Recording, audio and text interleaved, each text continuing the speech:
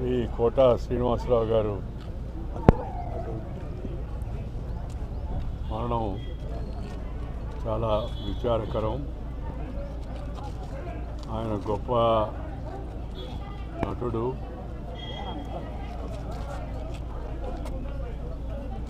మానవతావాది, విలక్షణమైన పాత్రలను పోషించి మెప్పించి ప్రజల యొక్క అభిమానాన్ని పొందిన మహానటుడు. వందలాది సినిమాలో నటించి అటు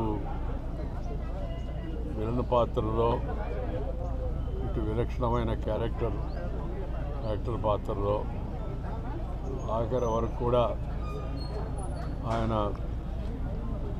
సినిమాలో కనపడితే కాస్త హాస్యం పండుతుంది అనే విధంగా వారి సినిమాలు ఉండేవి. దాంతోపాటు వారు మా హయాంలో భారతీయ జనతా పార్టీలో చేరి విజయవాడ నగరం నుంచి శాసనసభ్యుడిగా ఎన్నికై ఇక్కడ కూడా చురుగ్గా కార్యక్రమాల్లో పాల్గొంటూ ఉండేవాడు. ఆ మధ్యకాలంలో వారి కుమారుడు అకాల మరణంతో ఆయన బాగా కుంగిపోయాడు.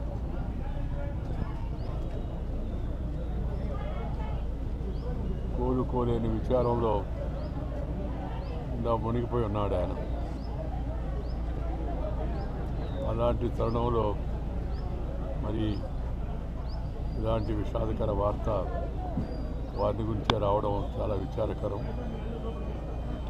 కొన్ని ప్రమాణాలు, కొన్ని పద్ధతులు,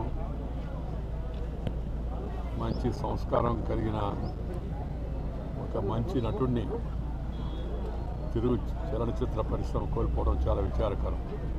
తెలుగులోనే కాకుండా తమిళ్లో, కన్నడ, మలయాళీ, అలాగే హిందీ భాషలో కూడా నటించేవారు. ఆయా ప్రాంత ప్రజలందరినీ కూడా ఎంతో మెప్పించారు.